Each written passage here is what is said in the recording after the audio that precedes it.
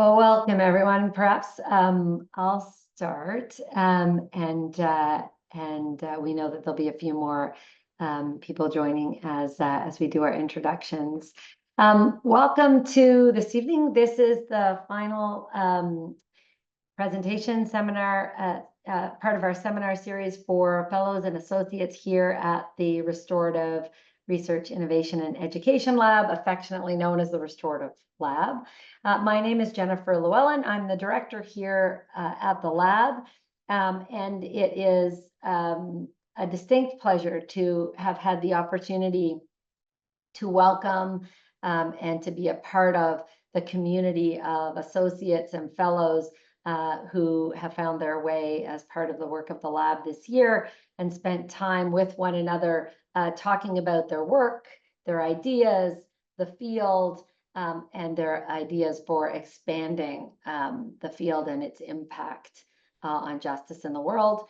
And as part of that, there's always a few of us who are willing to take up this opportunity to share with our wider community of people connected to the lab or to the work or to the topic that the seminar series is a part of.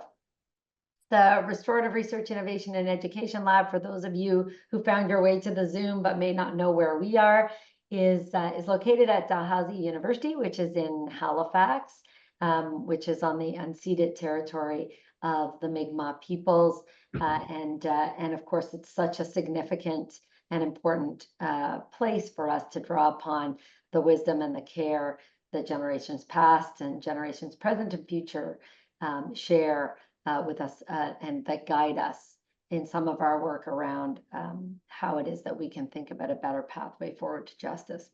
So this is a particularly exciting night because we have presenting to us tonight Jacob Glover, who is currently a graduate fellow here at the lab.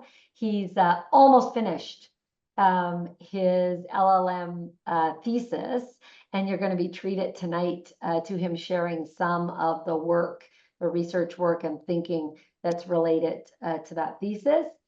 He was awarded for that thesis a MyTax internship, which is this fascinating achievement because MyTax is generally known for supporting people to take research and make it relevant and translate it in a kind of an enterprising way to industry.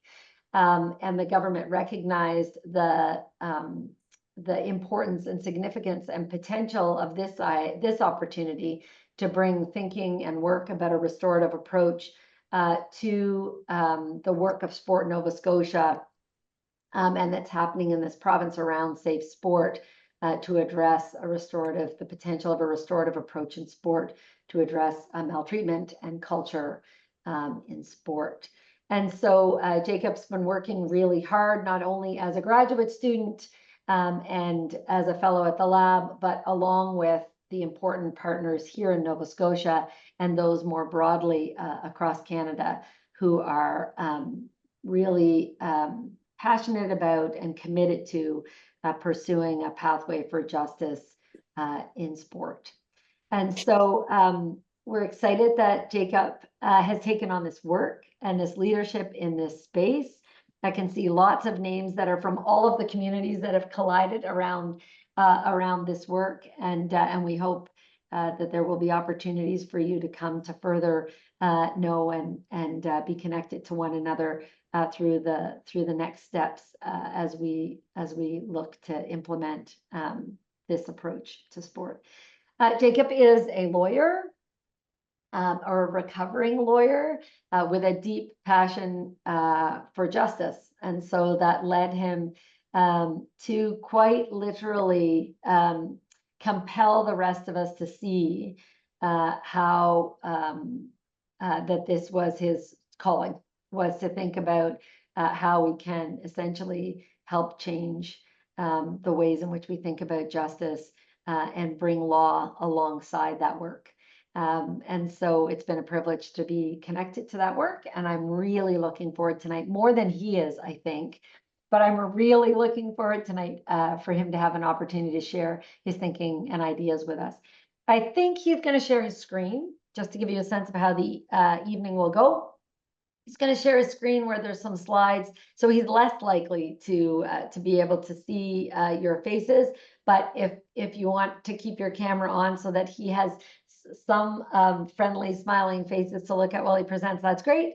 And then we'll have an opportunity for questions and discussions and comments. And when he stops sharing his screen, I'll invite you as you're able or as you wish to turn on your cameras so that we're able to see one another as we engage in that conversation. So with that, I will turn it over to you, Jacob. Great. Well, thank you so much, Jen. Thank you, everybody, for joining me. I just want to say a couple of quick thank yous before we get started here. So I wanted to say thank you to the lab for this opportunity, and thank you to Jen and Catherine for being my research home while I did this work, and for all of your support during this time while I've been doing this graduate work, and for Jen for letting me come to the lab, although a couple years ago. So thank you for that. Thank you, everybody, for coming tonight, for supporting me. I know that some of you are my weightlifters from Ironstone. I'm really appreciative that you guys all showed up. So thank you.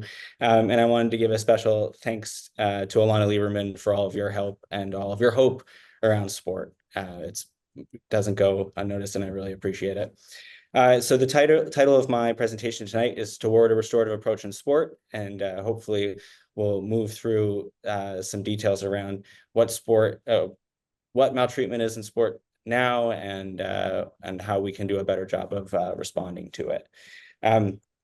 So I want to give you a little bit of context about me before we get started. I've been doing sport all my life. I've, as many people probably experienced, I played soccer as a little kid, 5 or 6 years old. My dad, as my coach, probably coached me more on not to pick flowers than to kick a ball.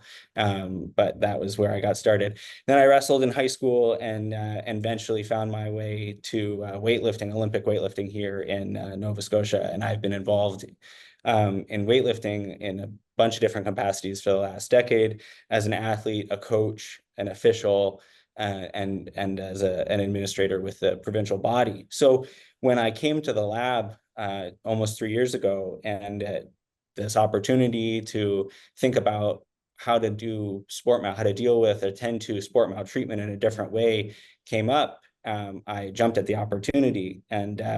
And luckily, we were fortunate enough to get, as Jen said, this MyTax fellowship to fund that research and make it possible, and also to connect us with Sport Nova Scotia and Alana Lieberman, who has really been integral to this work moving forward. So that's me. My goals for tonight are to first discuss what maltreatment is in sport, and give you a couple of definitions to chew on, and also think about why, beyond the obvious, why maltreatment is such a problem in sport. And then we'll move on to think about what our current system is doing to respond to maltreatment, and why it's sort of not quite working. During that part of the presentation, I'll be focusing mostly on or exclusively on Canada and the Canadian system, which involves a bunch of different abbreviations, which I'll sort of flag now and try not to use as much as I can. So I'll be talking about the Office of the Sport Integrity Commissioner. You'll see why I want to use the abbreviations, because these the titles are so long. But the Office of the Sport Integrity Commissioner, the Sport Dispute Resolution Center of Canada, or the SDRCC, and something called Abuse-Free Sport, which are all related entities or organizations, and play a part in that management process. So then I'll move on to talk about why that system isn't quite working, what it's getting wrong, and then we'll move on finally to think about what we could do differently, and that's where we'll get into why so many of you are here, what a restorative approach to sport maltreatment would look like. So what is maltreatment? This is what I'm calling the research definition. This definition comes from it's a kind of an amalgam of different sources, but this is cited by Gretchen. This is from a paper by Gretchen Kerr, who's an important Canadian researcher in the maltreatment field. And the major piece I want to point out to you all is just how this firstly, how broad this definition is. It's really broad. It covers a lot of different kinds of harm. And then also that it's focused on individual choice, that it's about individuals choosing to do harm to other people. And it has very little to do with sort of the context around that harm. And this definition then gets carried over into what I'm calling a more legal definition. What is the legal definition of maltreatment? And it's legal in the sense that it's this is how maybe I should say legalistic definition. This is the definition that comes from the Universal Code to Prevent and Address Maltreatment in Sport, otherwise known as the UCCMS. And this is the definition that basically centers it's the definition that the maltreatment system, response system, is organized around. And these sections 5.2 to 5.6 are just categories of different kinds of maltreatment. So psychological, physical, sexual, these are just different kinds of maltreatment. And so I want to just put these definitions side by side, just to note again the similarities in the sense that these are both about individuals choosing to do harm, and it's not really understood in a broad way.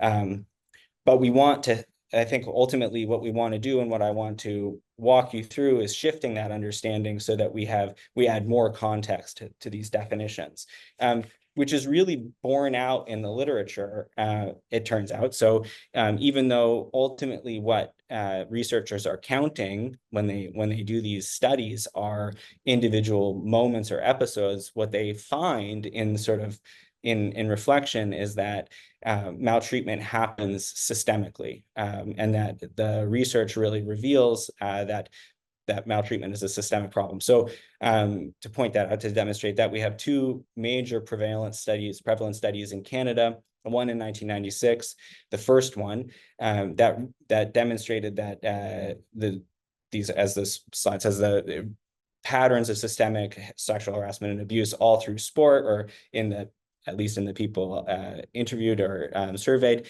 And then in 2021, there was another study that showed that 75% of the athletes who were surveyed had experienced some kind of maltreatment.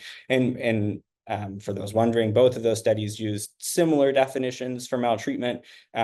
Obviously, they were far apart, and the definition had developed somewhat by 2021.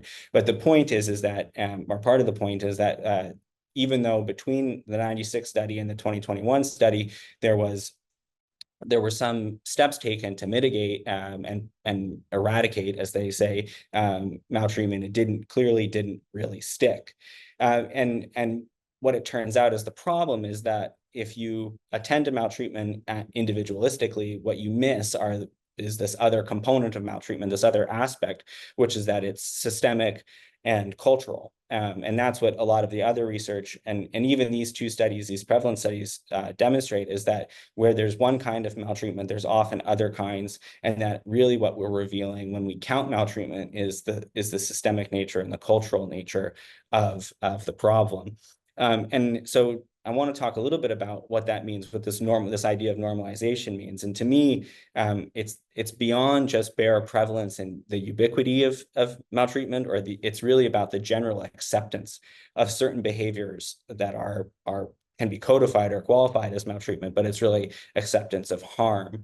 And some researchers refer to this as the dome of silence, or say that this creates what's called a dome of silence, so that seeking help or trying to find resources to deal with the harm somebody's experiences actually becomes the transgression itself, so that abuse and suffering are the norm rather than seeking help. And obviously that creates a lot of issues and perpetuates the problem, the underlying problem. And so what I want to underline now is that this research really undermines the idea that maltreatment is the result of lone wolves who come into sport with this intent, with this evil intent to abuse people. What we actually see is that sport somehow has a culture that encourages abusive behavior, or at least at the very least, it doesn't stop it. It doesn't do enough to prevent it. It creates the conditions where maltreatment can occur. And we can see examples of this in the sense that some of the most common forms of maltreatment end up being called what some people call tough coaching. So we see a lot of examples of behaviors that are harmful that coaches do, that we accept as sort of general practice, the cost of doing business. So for example, exercise is punishment. Somebody's late to practice, we make them do a set of extra push-ups. This is, in isolation, maybe not physically harmful, but it creates a power dynamic that can be harmful. And it's really it can be used as a form of public humiliation, which of course is harmful. And it's not necessarily actually useful to teaching people about being late or punctuality.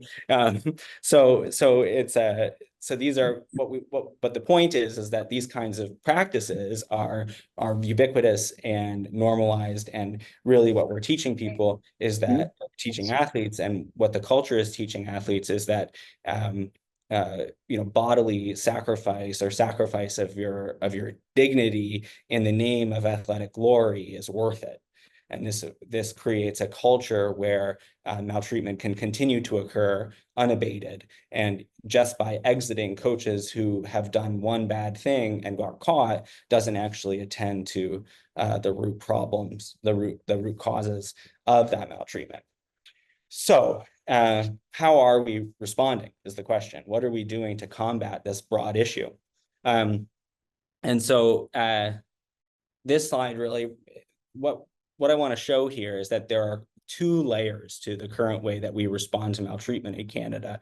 The top layer of this, the top portion of this slide, relates to these group. This is just a selection of many examples of these independent third parties who are paid by their service organizations, often filled with lawyers and HR professionals who provide services to sport organizations, and they manage complaints. They often receive complaints from people about harm that's occurred to them, and then move those complaints through a series of processes. They'll hire investigators or lawyers and create arbitration panels and all of these things, and basically just take the work away from the work of dealing with this harm away from the sport organizations. They take it off their desk.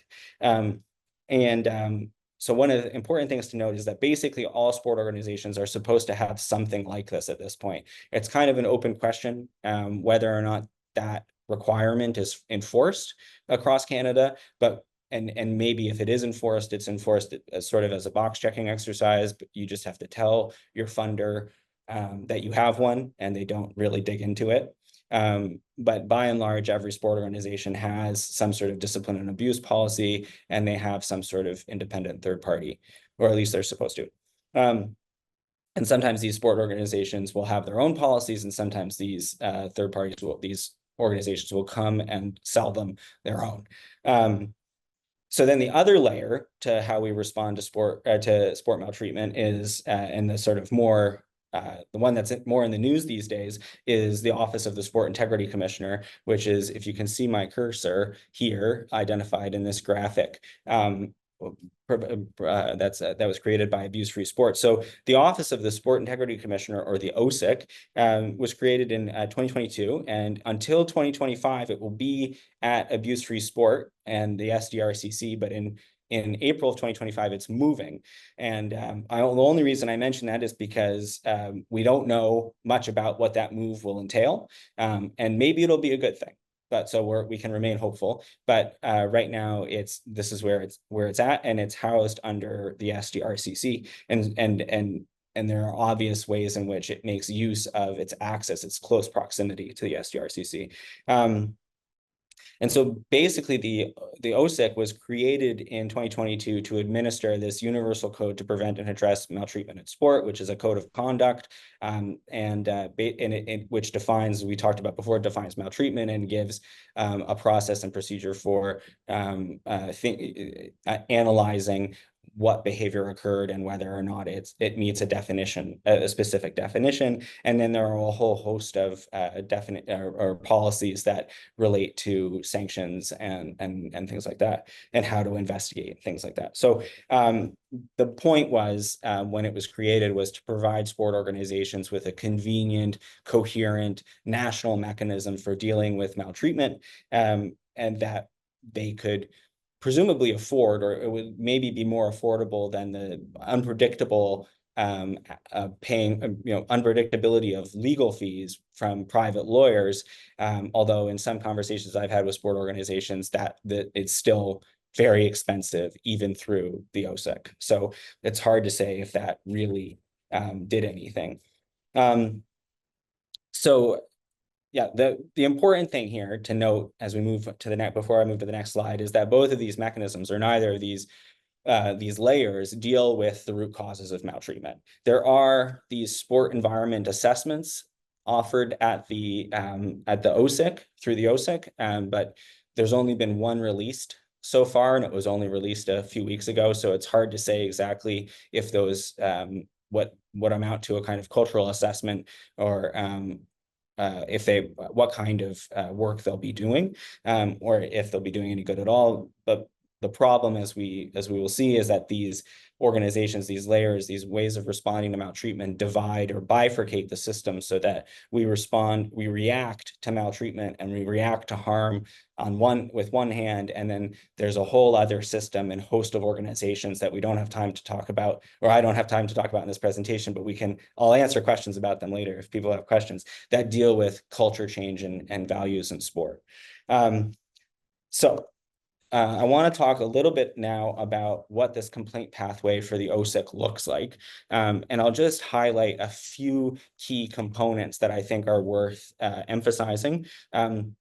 So the first thing worth noticing, and it's not really important if you can see the individual words on the slide. I know it's quite small. I actually had to crop it in order for it to fit on the slide, so it's even bigger. But so I'm going to walk you through it, and you just have to trust me. So there's no mentions of sport organizations in this whole wireframe. It's exclusively related to the complainant and the respondent, and to whatever degree sort of third-party service providers are involved.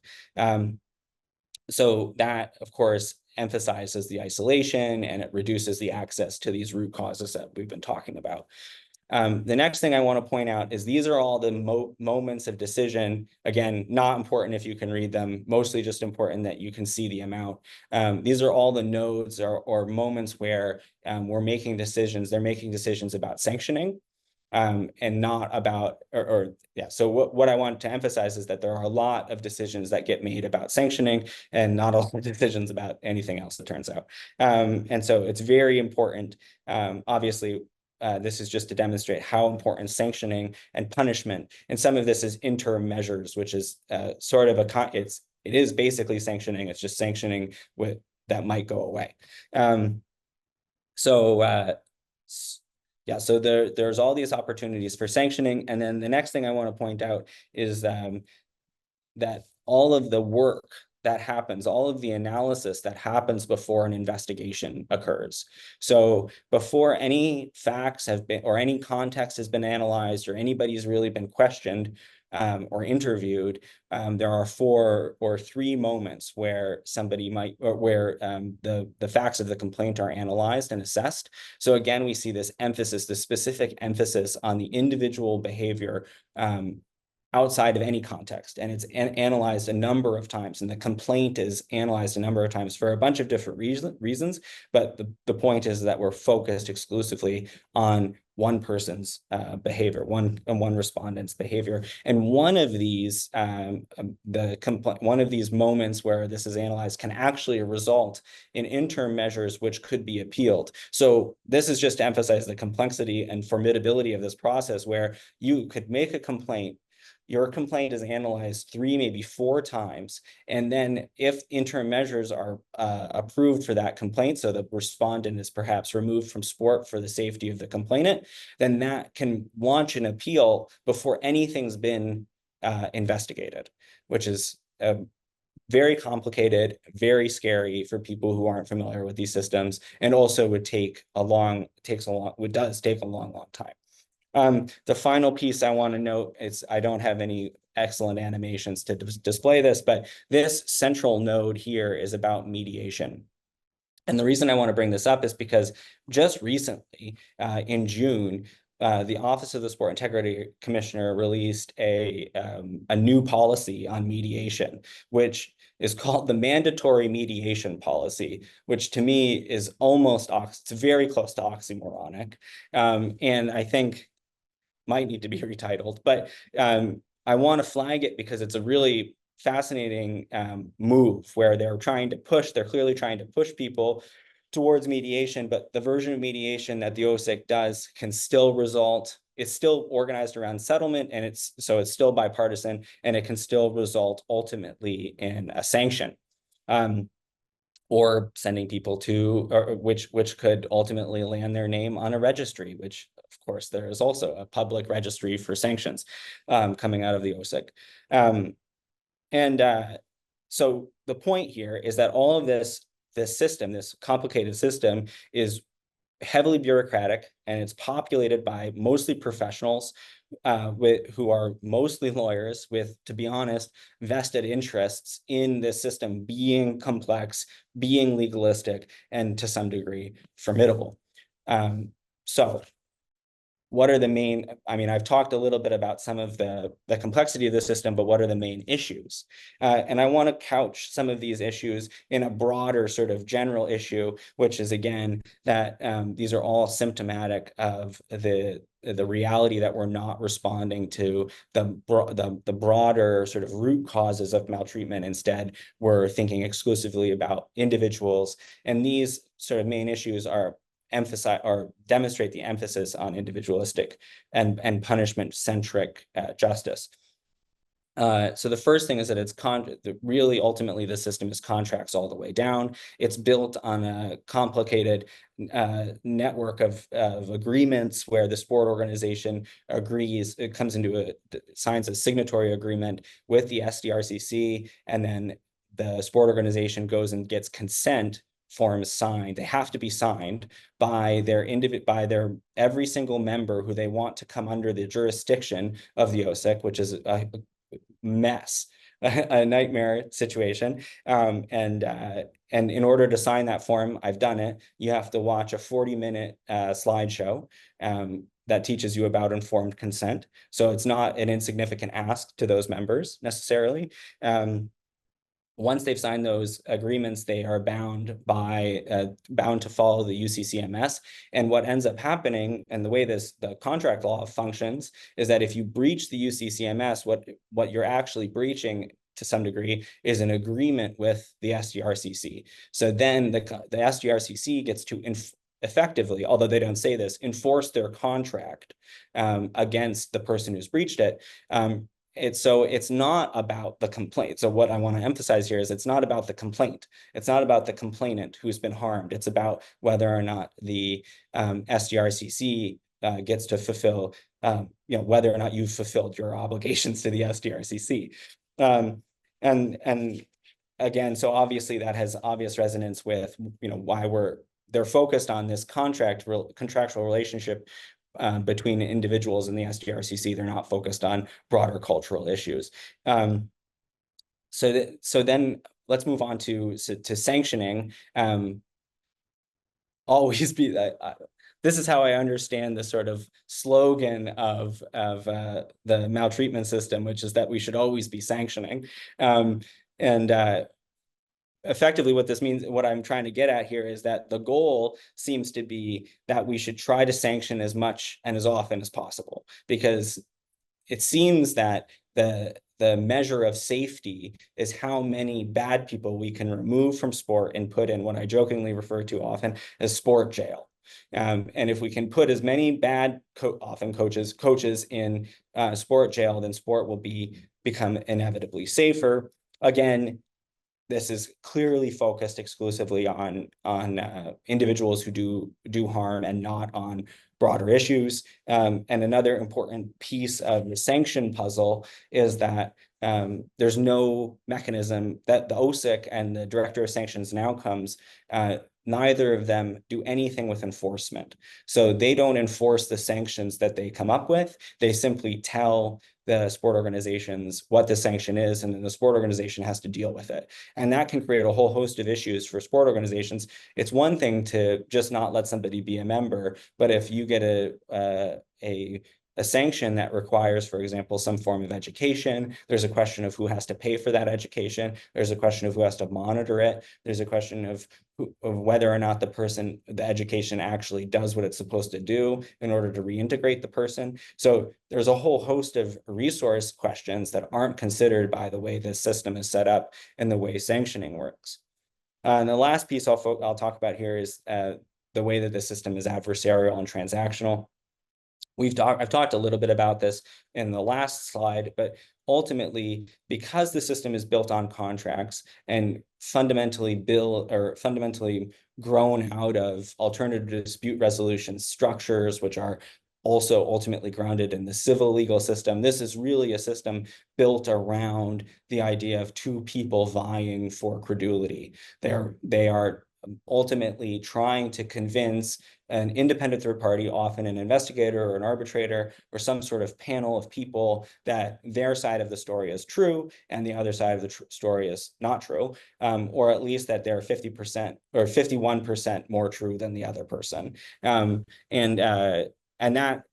that's not a situation that creates truth, that reveals truth. It's a system that is competitive and, like I say, adversarial and bipartisan, and it ultimately separates people. It doesn't bring them together. It also trades on this assumption that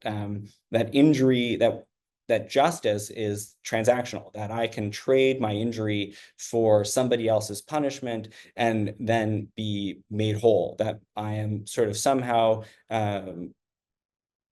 restored, I guess, by the punishment of another person, which we know is not really true in many cases. And oftentimes people go through these processes and find that the punishment of the other person was unsatisfactory. I mean, lo and behold, when somebody asks for a need to be fulfilled and the other person is just exited, they feel like they didn't get what they asked for, because a punishment which just exits somebody who did harm doesn't actually attend to the needs of the person harmed.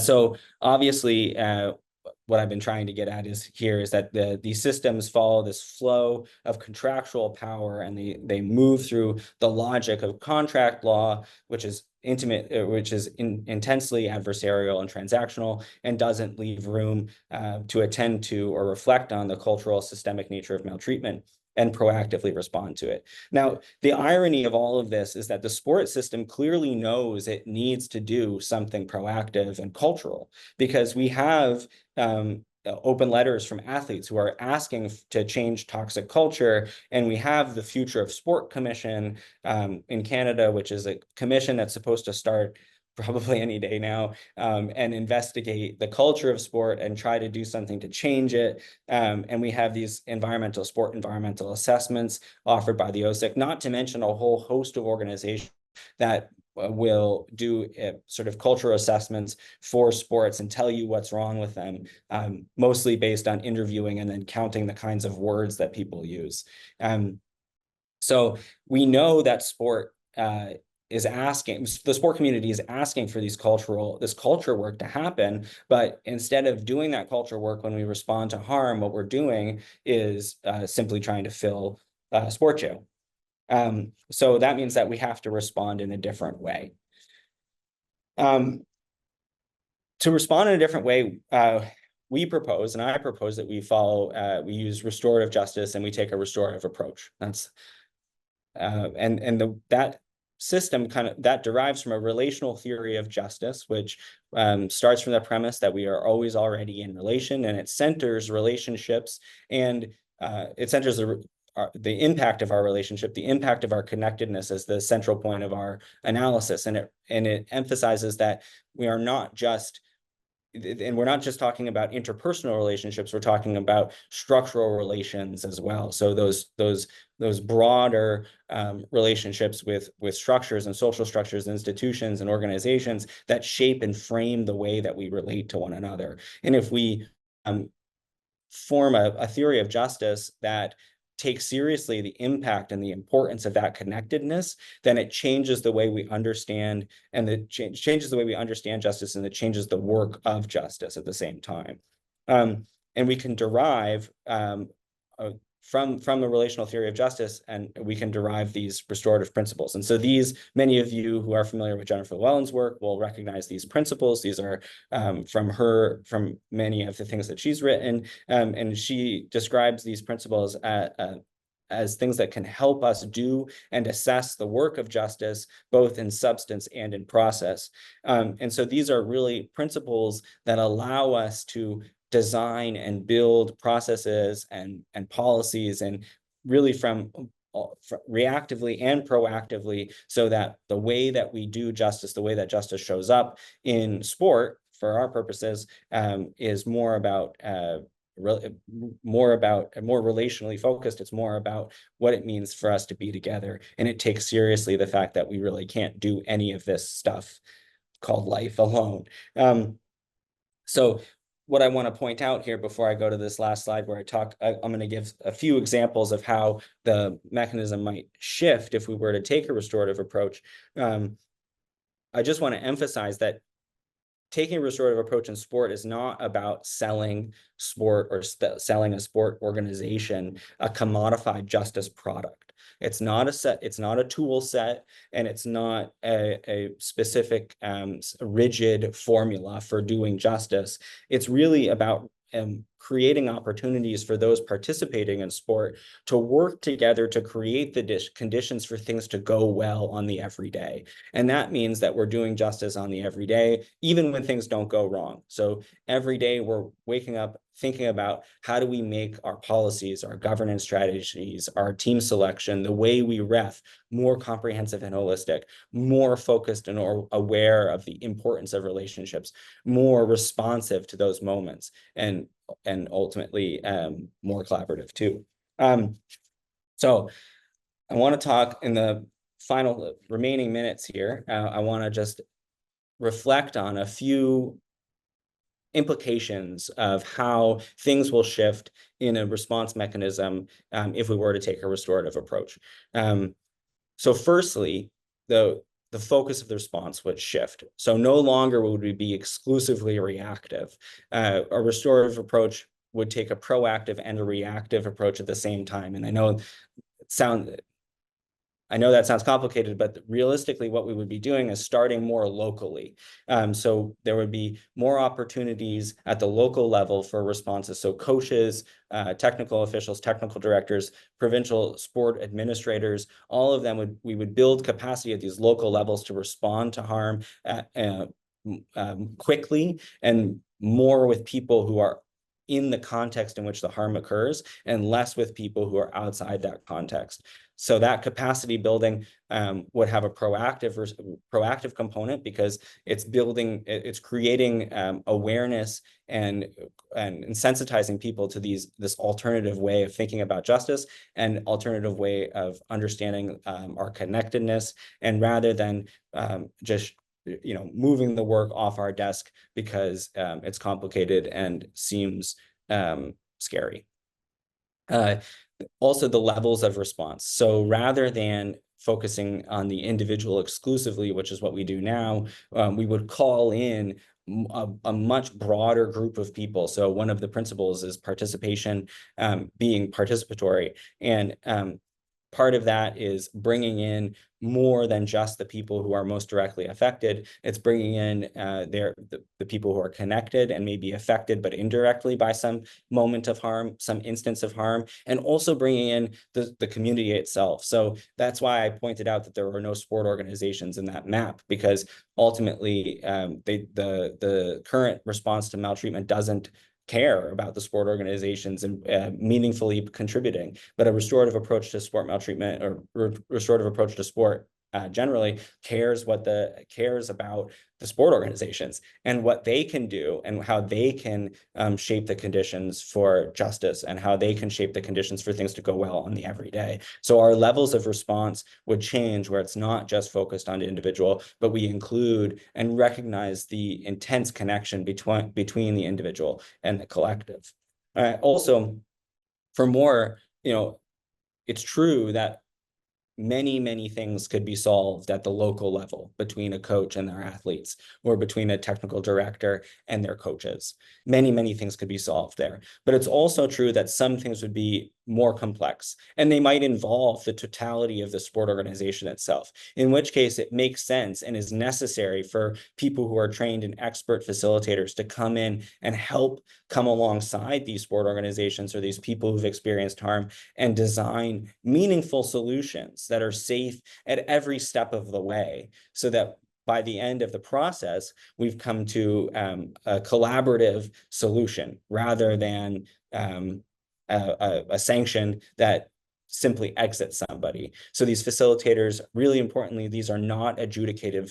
This is not an adjudicative function. They're not there to judge things. They're there to take stock of needs and to make sure that things are remembered, and to ultimately, to literally facilitate the creation or the co-creation of justice in and amongst the parties, and in and amongst everybody who's participating. And again, this participatory principle comes up again because a big portion of what these facilitators would be doing in these restorative processes would be identifying and working to identify, based on the map of the relationships, who's necessary, who needs to be there to make things go well, and who needs to be there in order to understand what went wrong and how do we make things go right moving forward. Finally, I think it's really important to think about how this is not sanction focused. So a very large change would be that we would see far fewer, perhaps even no sanctions in the formal sense. Outcomes of restorative processes are very different and often take the shape of some kind of plan or shared set of commitments that are organized around creating well-being and safety, or creating justice, or creating fun in terms of sport. And so rather than seeing the outcome of processes being about sanctioning people and removing them from sport, we would be asking questions about how do we get sport to continue? How do we allow people to come together and continue to play sport safely? And we could be asking people who may have caused harm, how can you participate in sport in a safe way? How can you come back to sport and maintain these shared commitments to your teammates? And so again, what this emphasizes, and I think what's important to end on here, is that this is, again, refers back to the way that this is both proactive and reactive, because even in the outcomes of these restorative processes, we are thinking about, how do we move forward? How can we be future focused so that things go well? How do we use our reactions, our responses to moments or episodes of harm in a way that actually has a proactive effect and prevents future harm? And so the point here that I want to end on is that what we need to do in order to respond to the reality, the demonstrated, the empirical reality of maltreatment, is to create more opportunities to attend to the root causes of harm and maltreatment, and not just deal with the symptoms. So thank you all for listening, and I'm going to stop sharing my screen so we can chat and I can see everybody's face. Thanks so much, Jacob. It's such an important opportunity and such a big shift that it's always hard, and you've done a really good job of helping us hold our attention of the potential of this idea, this shift for how are we actually reimagining or imagining and then realizing all the promise of sport. So you can see in your talk, you're like deeply thinking about yourself as the person you described at the beginning, right? The person who cares about sport and working with athletes and making it go right on the everyday and imbuing that with all of the conditions and circumstances so that they can participate in good ways, while you're also have clearly this puzzle before you about what are we going to do about the urgency of responding to those who come forward and told us that they've been harmed. And how do we understand that these are not disconnected goals and aspirations? How do we hold those together? So that's a really hard thing to do and we didn't give you very much time to do it, and in a way that's anchored against the backdrop of a really familiar, structured, corporate, reinforced system, right? Where we're trying to, in some ways, shake ourselves loose of it to be able to talk differently and imagine differently. This idea, you've done such great job of inviting us in then to this conversation, right? About what could this mean? What could this be? How would this work here? What about this? And I think that's the space you wanted to create for the range of people who've come to join us tonight. So I'd invite you as you're able. We know that it's depending on what time zone you're in, it's certainly in the evening. So you may well be listening in as you're able to manage and do all of these other things. So no pressure to show us whether you're trying to get your laundry done at the same time as listen. But if you're not, then we're really happy to see your faces and have you be part of the conversation. So what we'll do now is invite people, if you have a question or a tell me more, kind of, I want to know more about this part, or have you thought about this part, or a comment or a connection that you want to make to this work, or, I think Jacob would take like words of encouragement and yay, you go. That's also great too. We'll invite you, see, I've stalled as long as I can for you to come up with some of your questions. We'll invite you to either do the traditional old school thing where you kind of just wave at us and I'll be watching for that, or the Zoom thing where you find the button somewhere at the bottom that lets you put up your hand, or you do the waving thing and suddenly Zoom decides that you should have balloons. I haven't figured out why that has started to happen, but it has. So we'll also be looking for that. So I endeavor. Yeah, pretty close. So first of all, great talk, Jacob. Really appreciate that. You talked a little bit about some of the toxic culture around sort of like getting it done and how sports sort of has that mentality of win at all costs. What would you say to proponents of that sort of defend it by saying the ends justify the means and it's a necessary part of sport? That's my favorite question first. You are gonna wreck sport, Jacob.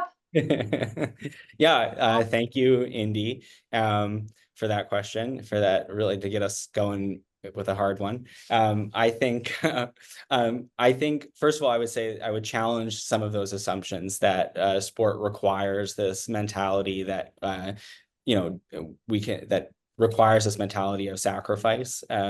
We see examples in other countries that take a really important that pride themselves in how safe, for example, their youth programs are.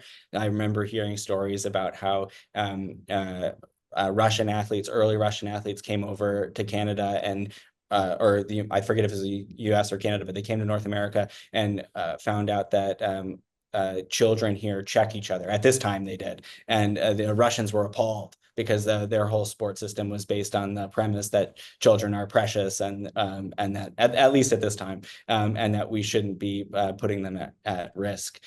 So I think we can, and then of course, Russia had a great hockey team.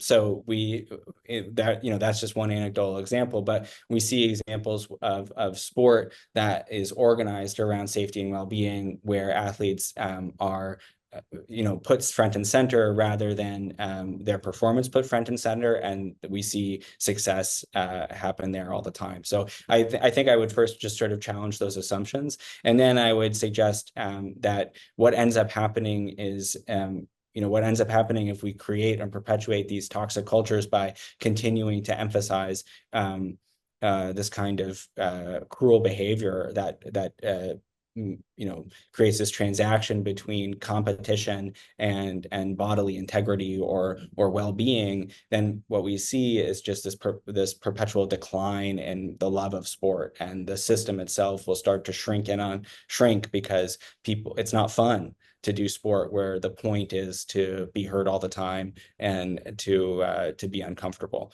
So I think I would challenge those assumptions and try to try to suggest to them that it's actually not worth it, that the ends don't justify the means, because the ends aren't what they think they are. Those ends are quite myopic and short-sighted.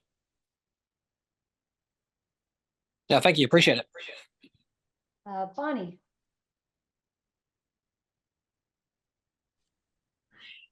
Hi, Jacob. That was fantastic. That was super interesting. There are so many things that I want to talk about and want to ask. I'll limit myself. As somebody who's been in the Canadian Armed Forces for about 20 years, and who's also an immigrant from a Soviet bloc country, both of whose parents were national level athletes in the Soviet bloc country, with a lot of this, that the stuff that you're talking about, it rings true. It rings really interestingly true. Everything from the culture to the end justifies the means, as Indy said. There's a lot of stuff that I could really delve into, but I have two, I guess, main questions. Our organization is trying to go through culture change right now, and there are very hefty parallels between sport and the armed forces on so many levels. We have gone along the path of sanctions, and I don't necessarily disagree with that. And a lot of our definitions of things that require sanctions have that component of the voluntary or volitional perpetration of harm that you were talking about. So that's one piece. I guess my first question would be, how would you determine that willingness to do harm when you're talking about sanctions? And then kind of changing tracks, the second part being, if we're moving away from sanctions and we wish to move towards a restorative perspective, which I have my own opinions on for my organization, how do you maintain accountability? And I'm going to leave it at that because there are so many things I want to talk about. Thank you, Bonnie. I think so. Those are two obviously huge questions. And I think the first thing so it sounds like one of the major thrust of that first comment has to do with this question of sort of blameworthiness, or whether or not somebody did something, right? When we're thinking about sanctioning somebody, one of the questions we're asking is whether or not, in the current system, one of the things that we're thinking about is whether or not the person actually did this thing. And I think in a restorative approach, we're less concerned with, because we're not organized around the premise that we have to sanction somebody, that we need to sort of create, incapacitate them in a sense, or exit them or punish them. We're more concerned with what went wrong and what the context of that harm was. It's less relevant. This concept of blameworthiness is less relevant. That doesn't mean, though, that we're less concerned with responsibility. So the person still has to recognize their contribution to the harm and take some level of accountability for that, but the shape of that accountability is different. So rather than shape that accountability in the form of punishment, a restorative approach suggests that we should shape that accountability in the form of some sort of plan that looks forward rather than backwards, and understands justice as something that we create together rather than something that's about sort of always separating people. Now, I say that, but I hasten to add, given the nature of some of the harm that we're dealing with, that it's not always the case that people can be reintegrated, right? I mean, I think there's this myth around restorative justice that it's always about putting the two people who had some sort of conflict in a room together and making them talk. And it's this gentler form of justice that allows people to get away with what they did, regardless of what it was. But that's not the case, because we're using a response, because we have this principle of responsiveness. We actually can respond to the nature of the harm and those involved, and take real stock of the needs of those people, so that we can actually formulate real, meaningful plans moving forward. So I think there's this difference where we're not dealing with this kind of rigid, formulaic outcome it's always the same. It's always this sort of kumbaya moment. We actually, like, there are situations where it would be the restorative option is exiting somebody, right? Because if we're focused on relationships and creating the opportunity for good relationships, then perhaps that exiting somebody is the restorative option. So I don't know if that answered your question, but I hope it I see your hands up again, so maybe we'll come back around to you. Do you have a direct follow-up, Bonnie, or do you want me to put you back in the queue?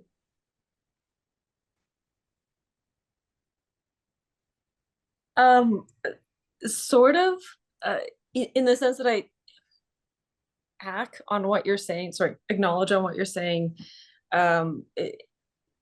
just based on personal anecdotal experience, and a fair amount of research experience on this stuff. I think it'd be very difficult to force the accountability piece, the desire on the other side to engage in that restorative piece. And I acknowledge what you're saying, that, perhaps the restorative piece is to just exit the person. But does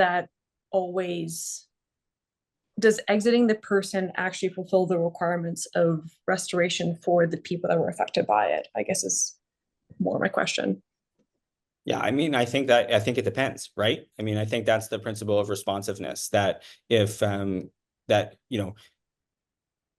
can get into a whole bunch of hypotheticals, but I think if the person's needs are safety, and that person is not conducive, that person, being proximate to the complainant is not conducive to safety, then that relationship needs to be ended, right? If they can't participate. But what I wanted to say, actually, I think you brought up another point, this idea of gaining accountability or getting somebody to participate. I mean, I think one of the, and I don't know your situation, or the situation in the military very well, but I do know that one of the things. I'm not worried about my coaching status. Bonnie is, just so everybody knows, Bonnie is also an athlete at Ironstone, so we know each other. I think this accountability question is really important. I think in the current system, there's a lot of hesitancy, or the current system creates the expectation that participating in something like a restorative process opens you up to a kind of liability. So we're geared up, a liability in this sense, or just risk, right? Some sort of legal risk. So I think a lot of people enter these processes, and we see it in sport too, where they're nervous from the start that by participating, they're somehow going to become culpable. And I think, in the sport world, that's a real issue we have to come to terms with, is like the degree to which, and it's something that we have to balance, the degree to which restorative processes can be balanced against or used instead of, or hopefully eventually as the default, to these kinds of more adversarial processes, right? Because if the risk of being sued is always looming, then it is hard to get people to want to participate, because if they could be sued, that's scary. So that's just human nature, and I think we have to respond to that and take it seriously. But there are also situations where people do choose to, I mean, yeah, I can send you something later, but there's a whole restorative process relating to a death in custody that happened in Cape Breton, and part of that relates to there's a portion of that report that relates to the complex sort of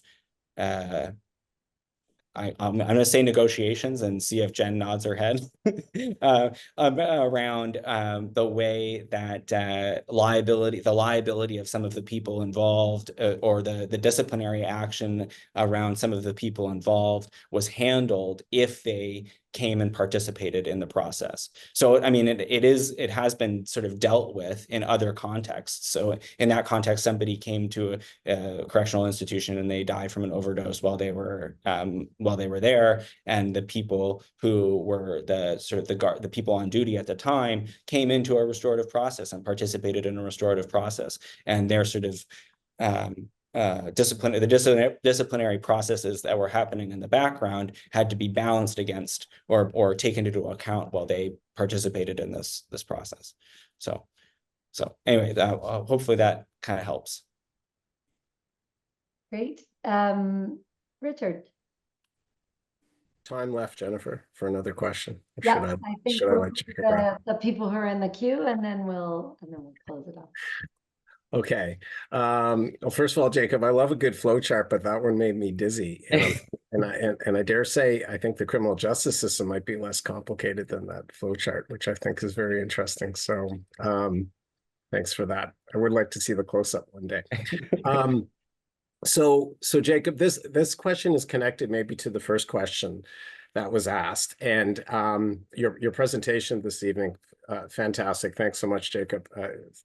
Enjoyed, you had me on every word, and it got me thinking about something. So that first question around, well, how do we push back against those who would argue that, you know, this is just how sports needs to be in order to be successful?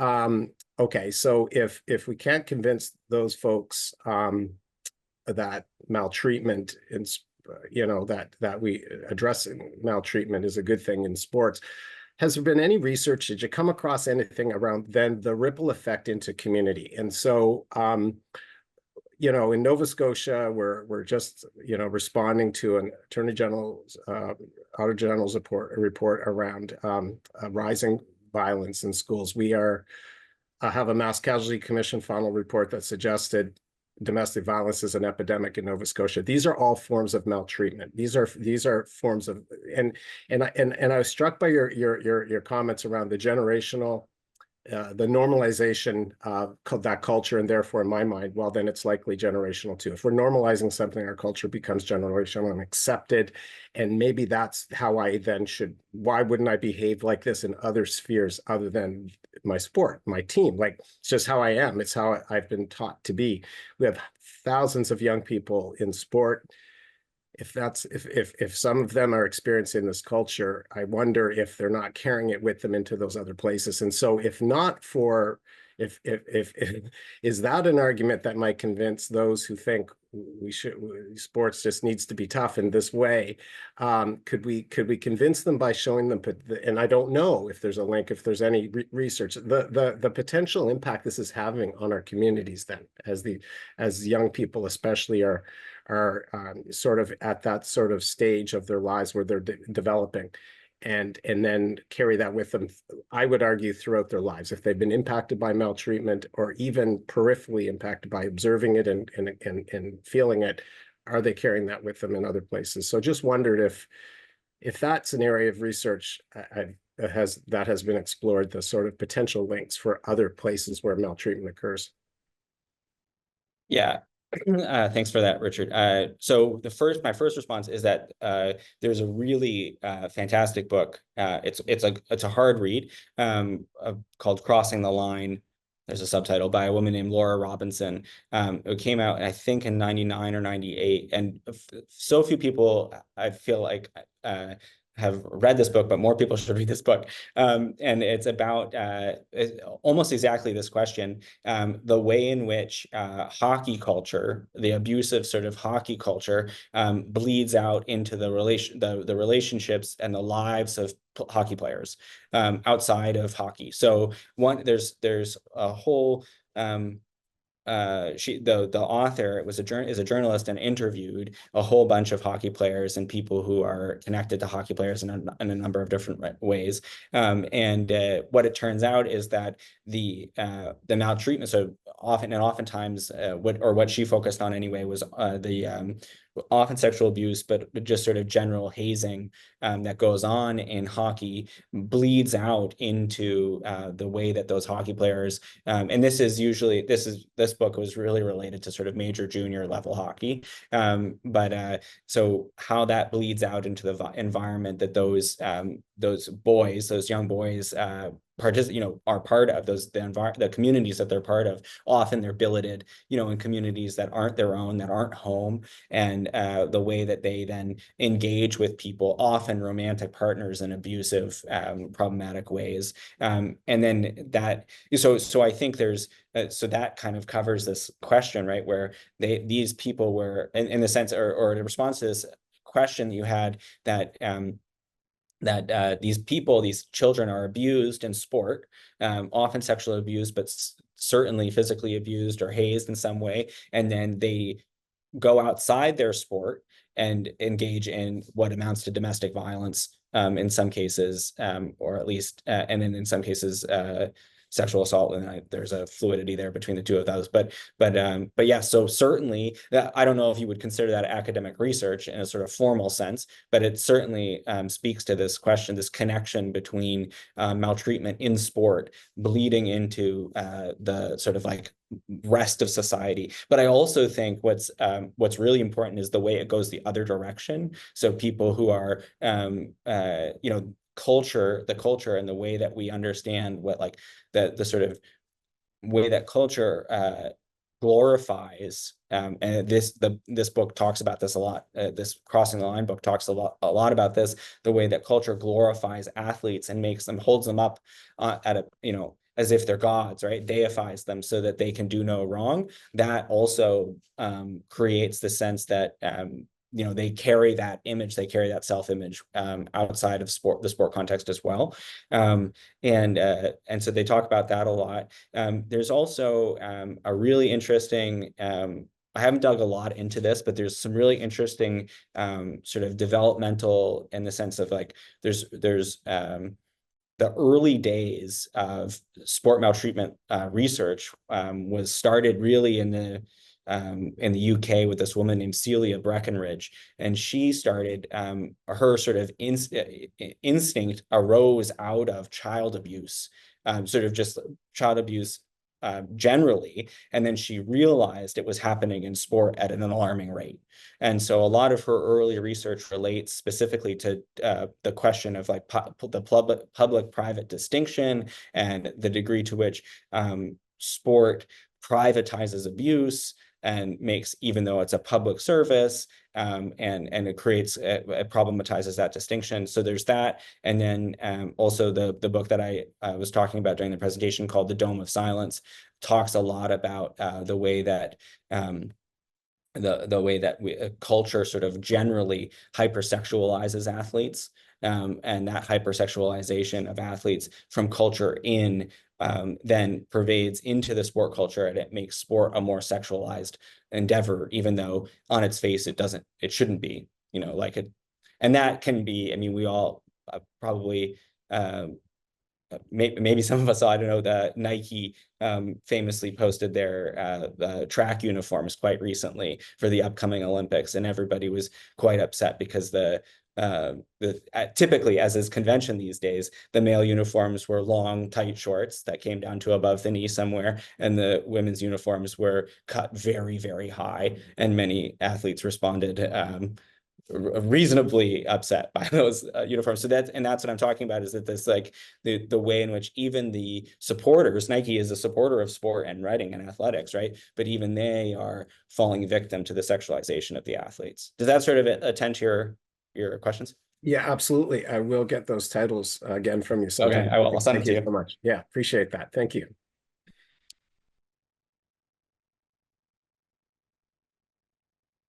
Welcome to 2024. I can't find my unmute button.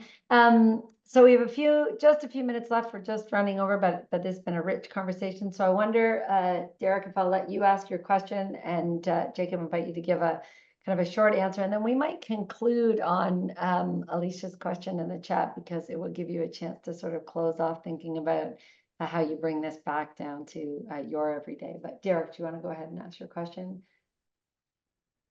Hi there. It's Shani here. Jacob would know me, but Derek is here as well. We're just together. So thank you so much, Jacob, for your excellent presentation. My question is really brief, and you've touched on a lot of the principles, I think, already. Like risk, liability, different restorative approaches depending on the circumstances. But my question kind of jumps off Richard in a way. It's about youth and whether your model that you kind of propose or some of the research that you have looked into suggests a different model, depending on if it's an adult youth harm-based kind of situation or an adult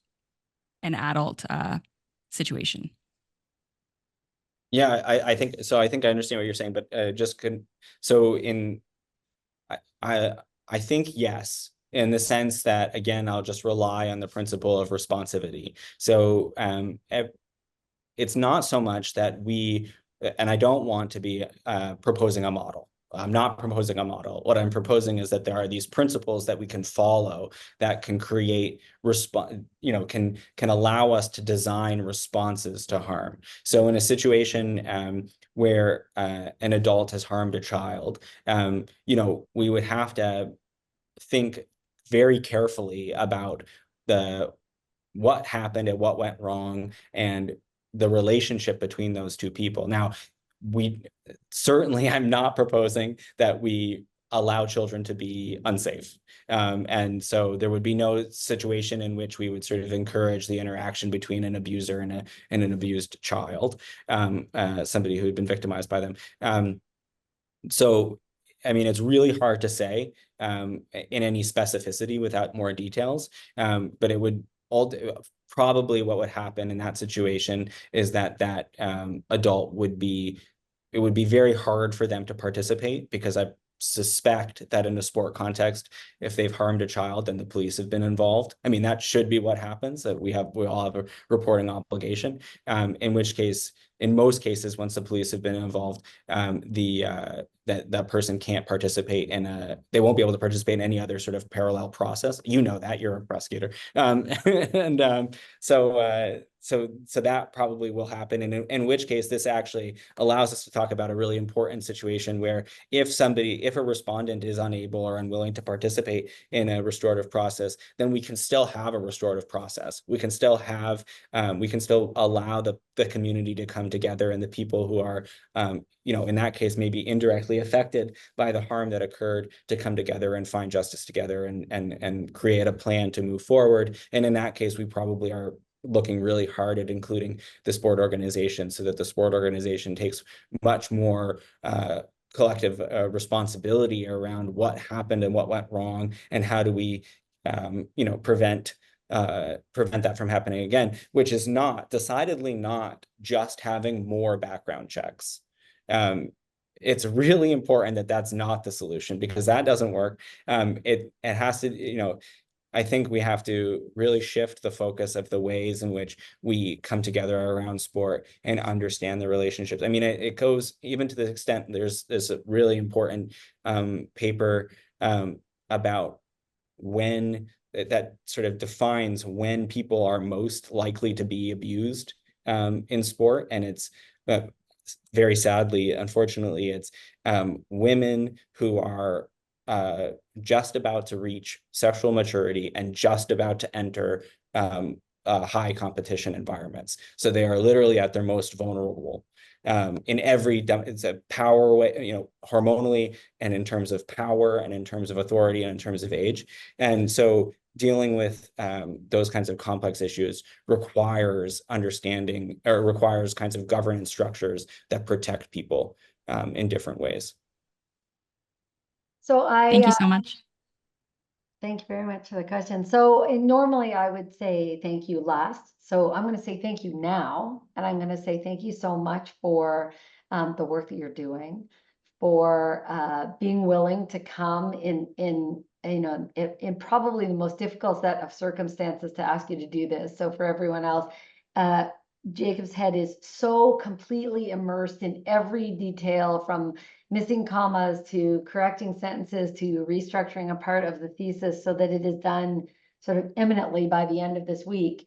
that it is certainly a cruel and unusual punishment to have invited you to come and try to step back from all of that and summarize it for us while you're so deeply in it. And the fact that you could do that is a testament to the kind of commandment that you have over the literature and the topic, but also the passion that you hold for why it really matters. So I'm going to end by letting you say a couple of words as you close in response to the question about, you started with an introduction to us as who you are, and you can end with a sense of how you integrate this in terms of the passion that you hold as a coach yourself. What strategies or advice would you give other coaches or sport organizations to get started to address the broader cultural issues in sport instead of taking an individualistic approach, particularly for coaches or organizations that might be unsure or resident to move forward away from a punitive model? So you can't answer that full question, but you can give us some hope as we depart about what are some of the best next steps so that the rest of us can be walking along with you on this journey. Yeah. Thank you so much, Jen, and thank you all for coming. I do really love Alicia's question, so thank you, Alicia, for asking it. I think the most important thing is to recognize that when for a coach, speaking as a coach, athletes put their trust in you. And I think the most important thing to begin with is recognizing and honoring that trust that they put in you, and recognizing that the relationship is impactful and meaningful, and then responding to the needs of those athletes as they become apparent, as they manifest in ways that are self-reflective, and as often as possible make room to be wrong, but don't be wrong in a way that's create space for yourself so that you can be wrong, but be wrong in a way that allows you to learn from those mistakes and move forward. And also remember that nobody has to be doing sport, and that they come to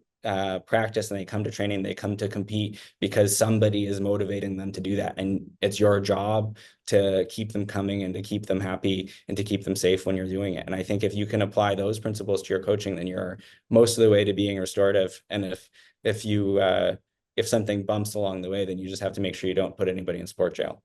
Well, and what this proves is nobody is restorative alone.